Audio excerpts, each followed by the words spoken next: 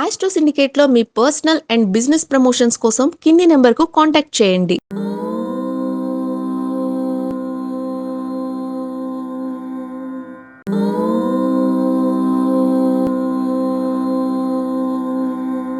అందరికీ నమస్కారం. మే 2026 25వ తేదీ నుంచి 29వ మధ్యలో 25వ తేదీ నుంచి 29వ తేదీ మధ్యలో షేర్ మార్కెట్ సమాచారం మీకోసం. దాదాపుగా మనం ఇచ్చిన వాటిలలో అంటే సంవత్సరం తరపున మొత్తం చూసుకుంటే సంవత్సరంలో 2-3 వారాలు 4 వారాలు మనం ఇచ్చినటువంటి ఫలితాలు పూర్తిగా వ్యతిరేకంగా ఉన్నాయి. కొన్ని మనం రీచ్ అవ్వలేదు, 50% రీచ్ అయినట్టుగా తెలుస్తుంది మనకి. బట్ మ్యాక్సిమం టు మ్యాక్సిమం నేను మోర్ దెన్ 80% అయితే సక్సెస్ రేట్లోనే ఉన్నాను. సరే, కాబట్టి ఎందుకంటే నా గురించి చెప్పకపోతే కష్టం కదా. పక్కోడు నా గురించి చెప్పకపోయినా నేను పాస్ అయ్యానని చెప్పుకోవడంలో తప్పేం లేదుగా. వారంలో కూడా ఎలా ఉండబోతోంది షేర్ మార్కెట్ యొక్క సమాచారం అనే విషయం వస్తే, మనకి గత వారంలో మన ప్రభుత్వానికి ఆర్బీఐ ఇచ్చినటువంటి డివిడెండ్ కొంత కలిసి వచ్చే అవకాశం ఉంటుంది. తప్పకుండా మనకి దాదాపు 2,31 కోట్లు సంథింగ్ ఏదో డివిడెండ్ ప్రకటించిన విషయం మనం చూసాం. మంచి అభివృద్ధి కనబడుతోంది. అది ఒక ప్రభుత్వానికి ఊతం ఇచ్చేట్టుగా ఉంటుంది కాబట్టి చాలా మంచి ప్రయోజనమే కలిగిస్తుంది మనకి తప్పకుండా. అలాగే ఈ యొక్క విదేశీ ముదుపర్లు మన సంపదని తొందరగా తీసుకెళ్ళిపోవడం, దాదాపు 4 లక్షల కోట్లు వాళ్ళు మన షేర్స్ అమ్ముకోవడం, షేర్స్లో పెట్టుబడి పెట్టడం వల్ల అది కూడా కొంత మనకి నష్టాన్ని సూచిస్తుంటే కనబడుతోంది. కానీ ఆర్బీఐ ఇటువంటి సందర్భంలో ఆర్బీఐ తీసుకున్న కొన్ని నిర్ణయాలు అనుకూలంగా ఉండడం, అలాగే కొన్ని సంస్థలు ఈ లిస్ట్ అవ్వడం, అంటే మనకి సెన్సెక్స్లో అండ్ నిఫ్టీలో లిస్ట్ అవ్వడం కూడా మనకి శుభ యోగాన్ని, శుభ పరిణామాన్ని కలిగిస్తుంది. అంటే కొత్తవి కూడా మనకి షేర్లలో లిస్ట్ అవుట్ అవ్వడం వల్ల మంచి అభివృద్ధి ఉంటుంది. కొత్త షేర్స్ కొనడానికి కూడా పనికొస్తుంది. ఆర్థిక ప్రయోజనం కూడా పొందుకునే అవకాశం బలంగా ఉంటుంది. సరే, ఏదేమైనా గత వారంలో మ్యూచువల్ ఫండ్స్లో వచ్చినటువంటి కొంత ఇబ్బందికర ప్రభావం కూడా ఈ సంవత్సరం ఉండవచ్చు అన్న వార్తలు మన బయటకు వచ్చాయి. బట్ మ్యూచువల్ ఫండ్స్లో పెట్టుబడి పెట్టడం ఎప్పటికైనా మనకి శుభమే తప్ప ఇబ్బంది కలగదు. ఇది క్లారిటీ. దాని ఎటువంటి ఇబ్బంది లేదు. షేర్ మార్కెట్ అనేది ఒడుగుదుడుకులు ఎక్కువగా ఉంటాయి. అది ఒక రకమైనటువంటి జూదం లాంటిదే. బట్ దాంట్లో తెలివి, అదృష్టము 2 కలిసి రావాలి.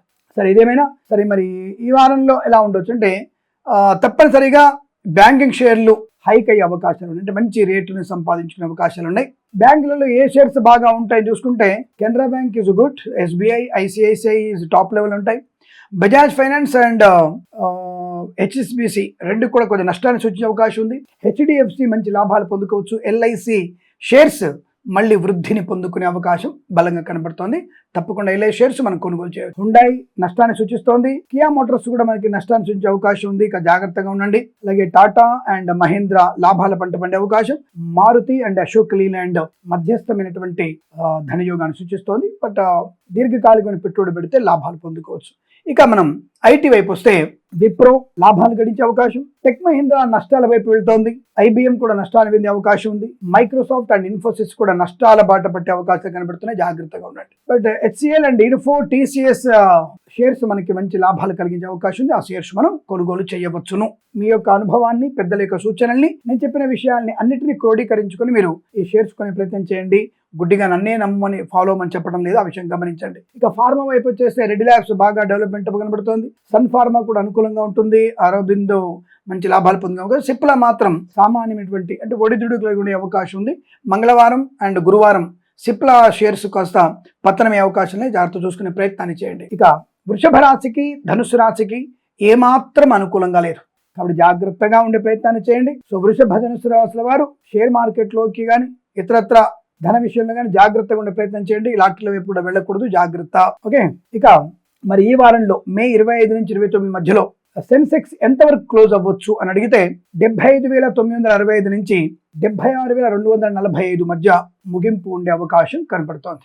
మరి నిఫ్టీ 23,860 నుంచి 24,100 వరకు నిఫ్టీ కూడా మంచి ప్రయోజనాన్ని పొందిన అవకాశం, ముగింపు పలికే అవకాశం కనబడుతున్నాయి. అంటే ఇక్కడ మనకి సీజ్ ఫైర్ ఏదైతే మనకి ఇరాన్ లేదా ఇజ్రాయెల్ వాళ్ళు, ఇరాన్ వాళ్ళు ఇతర దేశాల మీద, దుబాయ్ లాంటి దేశాల మీద, ఈ ఇస్లామిక్ దేశాల మీద జరుపుతున్న యుద్ధం కాస్త సీజ్ ఫైర్ అయింది. కాబట్టి కొంత ప్రయోజనవంతమైనటువంటి ఆర్థిక అభివృద్ధి, పురోగమనం కనిపిస్తున్నందు వల్ల తప్పకుండా మనకి అనుకూలంగా ఉండడం, అలాగే ఈ యొక్క ఇరాన్ మరియు ట్రంప్ గారి యొక్క మధ్య ఉన్నటువంటి హర్మూజ్ నంది వివాదం తెరపడే అవకాశం ఉంది. తప్పకుండా ఓపెన్ అయ్యే అవకాశాలు, అంటే హర్మూజ్ నది ఓపెన్ అయ్యే అవకాశాలు గట్టిగా ఉన్నాయి. కాబట్టి తప్పకుండా మనకి అనుకూలవంతమైన శుభయోగాలు. దానివల్ల కూడా షేర్ మార్కెట్ మంచి వృద్ధిలో పొందుకునే అవకాశం ఉంటుంది.